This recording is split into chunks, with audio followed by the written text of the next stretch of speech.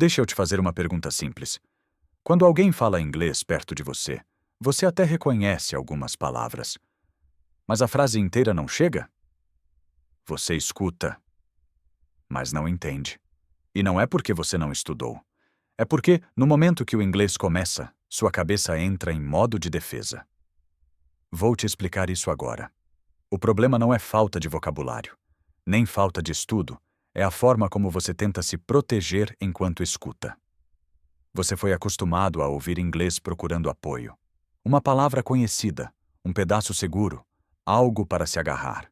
E isso cria uma sensação boa, uma sensação de controle. Mas é falsa, porque enquanto você se apoia numa palavra, o resto da frase continua andando, e você fica para trás. Pensa nessa frase simples.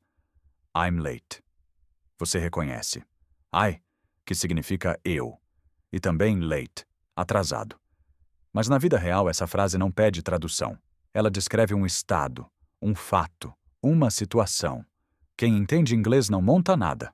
A frase chega pronta. Quem não entende, segura uma palavra e tenta organizar o resto depois, e chega atrasado no sentido. Igual à frase. Agora presta atenção nesse exemplo. I'm good. 2 palavras. Simples. Se alguém te oferece algo e você responde I'm good, você não está dizendo nada sobre ser bom ou ruim. Você está dizendo, tá tudo bem. Não preciso. Pode deixar. Isso não está em livro básico, mas está em toda conversa real. E aqui começa o travamento. Porque você tenta entender inglês como se fosse uma soma. Palavra mais palavra mais palavra. Só que inglês falado funciona mais como fotografia. Ou você enxerga a cena inteira, ou perde o momento. Outro exemplo. Escuta isso. I'll get back to you. Você entende cada palavra. I'll get back to you. Mas tenta montar tudo. E a frase parece incompleta. Porque em português ela seria outra coisa. Só que em inglês ela já terminou. E significa: depois eu falo com você. Eu te retorno. O problema não é a frase. É o caminho que você usa para chegar nela. Você tenta passar pelo português. E o inglês não espera. Se isso já fez sentido, guarda essa ideia. Porque agora fica mais claro ainda. Tem uma coisa que quase todo brasileiro faz sem perceber.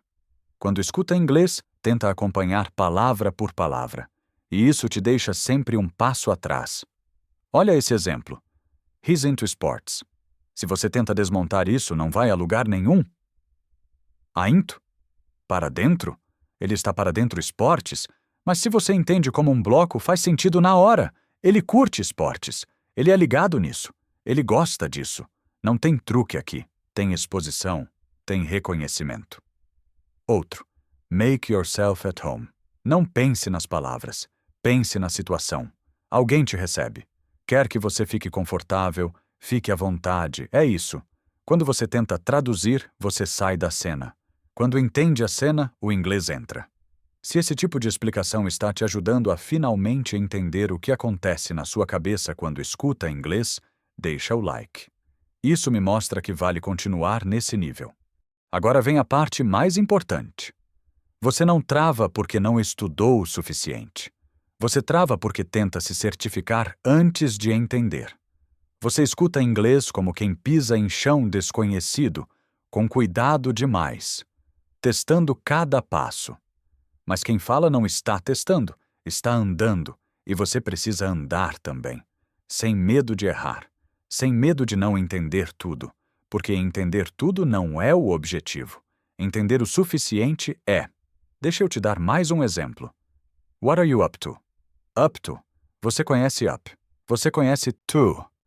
Mas juntos eles não fazem o que você espera.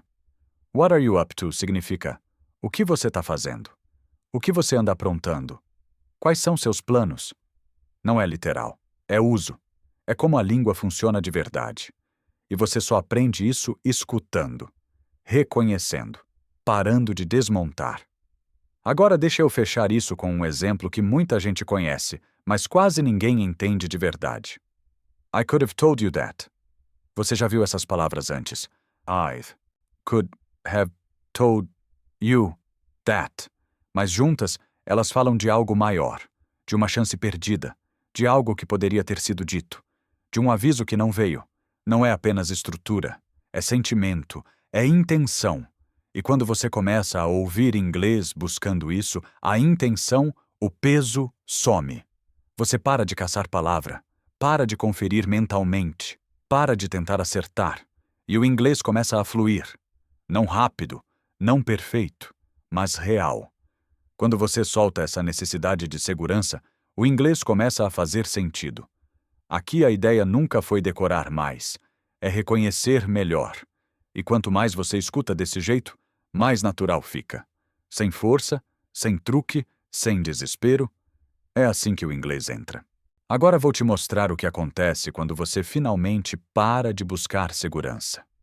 Tem um momento específico que todo mundo que destrava inglês passa, e quase ninguém percebe quando acontece. É quando você escuta uma frase e não tenta fazer nada com ela. Você só entende, sem traduzir, sem confirmar, sem aquele segundo de atraso que sempre existiu.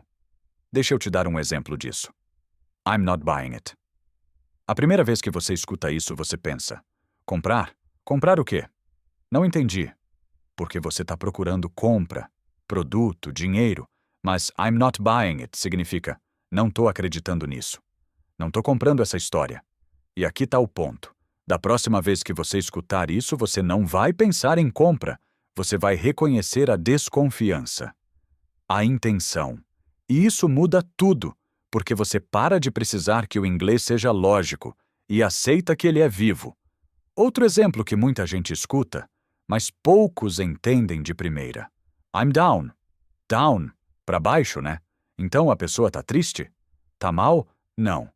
I'm down significa: eu topo. Eu estou dentro. Vamos nessa. De novo, não tem lógica de tradução. Tem contexto, tem energia. Se alguém te chama para fazer alguma coisa e fala you down, tá te perguntando se você topa, se você tá dentro. E quando você começa a pegar essas coisas pelo tom, pela situação, pelo jeito que a pessoa fala, você sai do modo defesa. Você entra no modo presença. E presença é o contrário de controle. Controle é quando você tenta segurar cada palavra. Presença é quando você deixa a conversa acontecer. Vou te dar mais um. Esse aqui é clássico. I'm all set. Set. Ajustado? Preparado? O quê? Na prática significa: tô pronto. Já tá tudo certo. Não preciso de mais nada. Alguém te pergunta se você quer algo, você responde: I'm all set. Você tá dizendo que já tem o que precisa. Percebe como isso não se aprende decorando? Isso se aprende vivendo, escutando, repetindo mentalmente, sentindo. E quanto mais você faz isso, menos você precisa do português como ponte. Porque o inglês começa a ter espaço próprio na sua cabeça. Não é fluência da noite para o dia, mas é clareza. É confiança real, não aquela falsa que vem de decorar lista. Quando você para de exigir que o inglês caiba no seu jeito de pensar em português, você finalmente começa a pensar em inglês. E aí, meu amigo e minha amiga, aí a coisa muda. Se você chegou até aqui, é porque isso fez sentido. E se fez sentido, você não pode parar por aqui. Tem muito mais vindo. Inglês real, explicado do jeito que ninguém te explicou antes. Se inscreve no canal, ativa o sininho e fica ligado porque sempre tem vídeo novo. E temos muitos vídeos já criados que foram pensados para te fazer evoluir seu inglês de verdade com método. E se você tem aquela frase que nunca entendeu, aquela expressão que te trava, deixa aqui nos comentários. Eu leio tudo e uso de verdade nos próximos vídeos. O inglês está na sua mente. Você só não sabia como acessar ele, agora já sabe. Até a próxima.